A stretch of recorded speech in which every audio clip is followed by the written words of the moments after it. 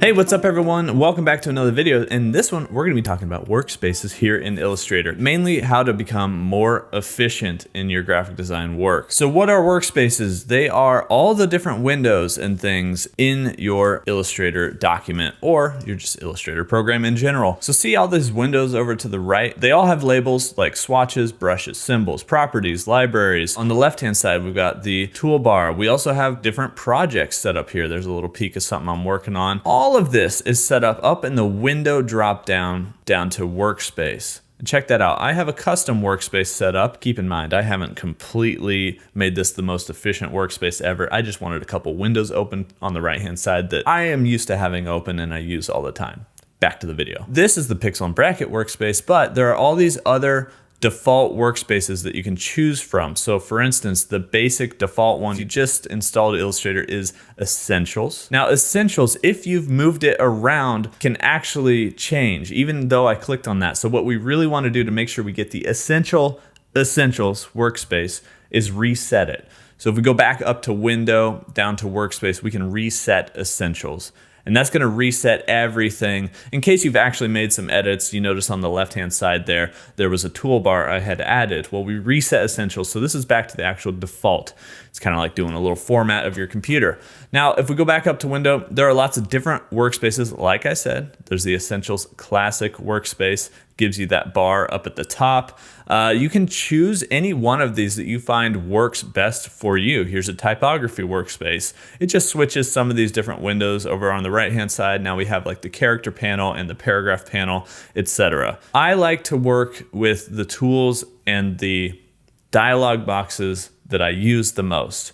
And so whatever that is for you, and your workflows, you should set up your workspace just like that. And you can do that by clicking on any of these dialog boxes, or if you don't see them, you can go to Window and look. All of these are the different dialog boxes. If I use gradients all the time, I'm gonna pop out the gradient dialog and I'm gonna drag it to a spot where the blue line shows that I can actually dock it into all of my different dialog boxes. So we can dock it here, anywhere we want, just like that. There's going to be little arrows where we can sort of minimize that to just an icon to where I can click on it and pop it out, or I can maximize it to see it all the time. So you can move all of these different areas of your working document around and create the workspace that you want. And then once you have that, you can go back up to Window, down to Workspace, and hit New Workspace. And that's basically going to save.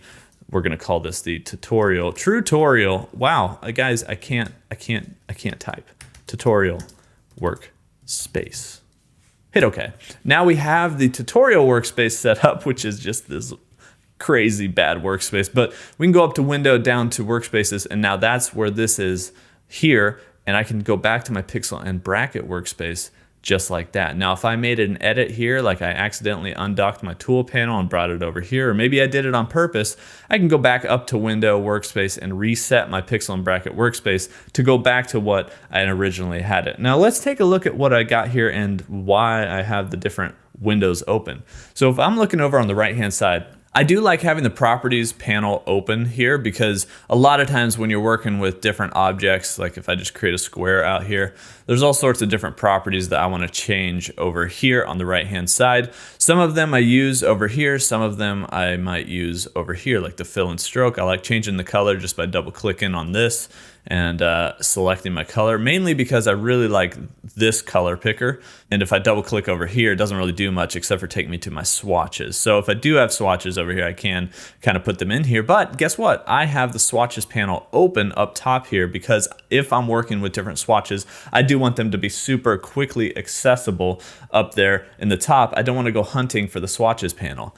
Now underneath the swatches panel, of course, is that color panel. So I can do the same thing here by double clicking. Now there is some redundancy here, right? I can double click on this side, I can double click on that side. There's actually a good reason to have that. The reason is if my mouse is on one side of the screen or the other side of the screen. If I just selected that rectangle tool, I created a quick square and I'm closer to the left-hand side of the screen, it's gonna save me time to go to the left-hand side and double click on something than the right-hand side. And I know it's like a fraction of a second, but guys, if you are serious about this being a career and you're looking at decades of graphic design work, you're actually going to be saving yourself hours and days of time just by putting the different panels in the spots that you want them in your document.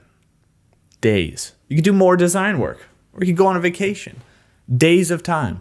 All right, now back to this. Let's take a look. I like the transform panel a little bit, I think. I'm not really sure what that's doing here, to be honest, but definitely the alignment panel.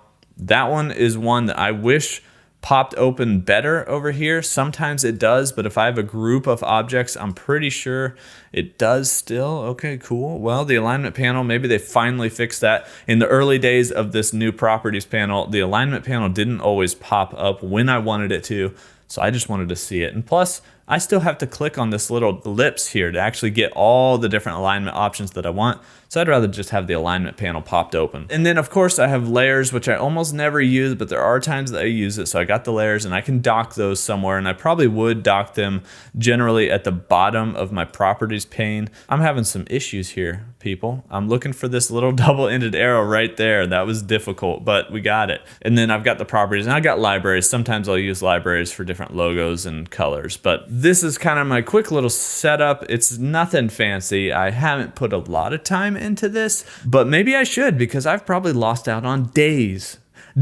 of time, you guys. I could have gone on a vacation. I could have done more design work. I could have done more tutorials. Looks like it's starting to get a little bit lighter outside, so let's end this video. It was way longer than I thought, but that is how you can move your different panels around and save your different workspaces. And by the way, just always go up to window. If something's missing, you can't find something, just go up to window and go down to that panel. Thanks for watching, everyone. By the way, if you want to download some free project files and other things, why did I say it like that? You can go to my website and sign up for the Pixel and Bracket Vault, or unlock the Pixel and Bracket Vault, become a free member, and I've got a bunch of project files in there from a lot of different tutorials that I've done, and I'm gonna keep putting in files. So the link for that is in the description. Thanks for watching, thanks for subscribing, thanks for liking. I'll see you guys in the next video. Bum, bum, bum, bum, bum, bum, bum. Recording. All right, guys, here we go. Here we go. Thanks for watching, thanks for subscribing. Thanks for subscribing. And I'm just gonna end this. See ya.